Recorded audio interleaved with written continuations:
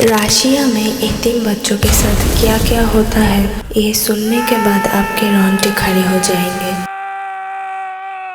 Stop eating एक डरावनी कहानी है बच्चों के लिए, जो एक बूढ़ी औरत के बारे में है जिसका पोता बहुत ज़्यादा खाता था। ये कहानी रशिया की एक पुरानी कहानी पर बनी है। एक छोटा लड़का था जिसका नाम पीटर था, जो अपनी माँ के साथ एक पुरानी बिल्डिंग में रहता था। उसके फादर उसके पैदा होने के कुछ समय बाद ही परिवार को छोड़कर चले गए थे। उसकी माँ नशा करती थी और वो पीटर का ध्यान अच्छे से नहीं रखती थी। बेचारा लड़का अक्सर कचरे के डब्बे से खाना ढूंढकर खाता था। एक दिन पीटर घर आया तो उसने देखा कि उसकी माँ किचन की फ्लोर पर पड़ी थी। उसकी मौत ज्यादा नशा करने की वजह से हो चुकी थी। कोई भी उसकी फादर से कांटेक्ट नहीं कर पाया, इसीलिए उसे उसकी दादी के पास भेज दिया गया। पीटर की दादी उससे बहुत प्यार करती थी, लेकिन वो एक गरीब औरत थी जो अपने लिए भी मुश्किल से खाना खरीद पाती थी। उसका एक छोटा सा दुकान था जो ट्रेन स्टेशन के पास था, जिसमें वो लोगों को सिगरेट बेचती थी और इसी से थोड़ा बहुत पैसा कमा पाती थी। जब भी उनके पास थोड़ा पैसा होता तो वो राशन खरीदती और फ्रिज भर देती, लेकिन जैसे ही वो देखती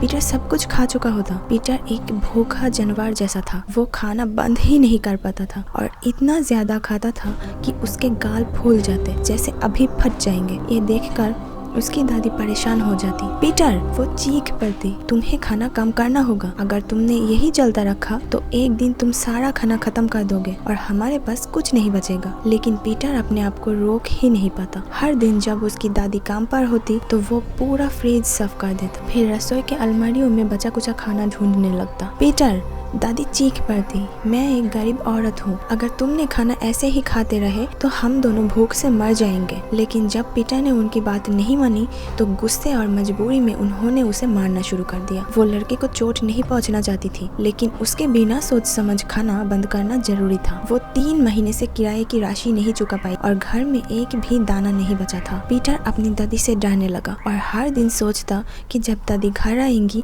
तो फिर से मार पड़ेगी। उसे मार का डर सताने लगा और उसने घर से भाग जाने की प्लान बनाना शुरू कर दिया। एक दिन पीटर गायब हो गया। उसकी दादी पूरे मोहल्ले में जा जाकर पूछने लगी कि किसी ने उसे देखा है क्या। वो आस पास के घरों के दरवाजे खटखटाने लगी, खिड़कियों से झांक कर देखने लगी, लेकिन कहीं भी उसका पता नहीं चला। आखिर में वो पुलिस स्टेशन गई और एक शिकायत दर्ज करवाई, लेकिन पुलिस भी उस लड़के को ढूंढ नहीं पाई। 1 महीना बीत गया और अचानक एक दिन पीटर वापस आया। एक सुबह उसकी दादी ने अपने घर के दरवाजे पर हल्की सी दस्तक सुनी। जब उन्होंने दरवाज़ा खोला तो देखा कि उनका पोता वहाँ खड़ा था। उसका चेहरा बिल्कुल पीला पड़ चुका था, गाल अंदर से धंसे हुए थे और कपड़े फटे हुए थे। बुढ़ी औरत ने उसे गले लगाया और जोर से अपनी बाहों में लिपट लिया। पीटर सिर्फ इतना बोला, दादी मुझे भूख लगी है। दादी ने तुरंत फ्रिज खोला और जो भी अंदर था सब निकल दिया, सूप, सैलड, सॉसेज। जब दादी सूप गर्म कर रही थी तब पीटर टेबल पर बैठ गया और खाना शुरू कर दिया। वो बिना रुके खाता गया, इतना कि उसके गाल फूल गए। दादी इतनी खुश थी कि उन्होंने कुछ नहीं कहा, लेकिन तभी उन्होंने कुछ अजीब देखा। जब भी पीटर अपना मुंह खोलता कुछ गीता जा रहा था। जब उन्होंने टेबल की तरफ देखा तो वहाँ हिलती ढुलती कीड़े मकोड़े पड़े थे। बुढ़ी औरत ये देखकर डर से सिट्टी रह गई। पीटर, तुम कहाँ थे? उन्होंने डरते हुए पूछा। आपको पता है दादी, पीटर बोला, आप जानती हैं और मैं भी जानता हूँ कि मैं कहाँ था।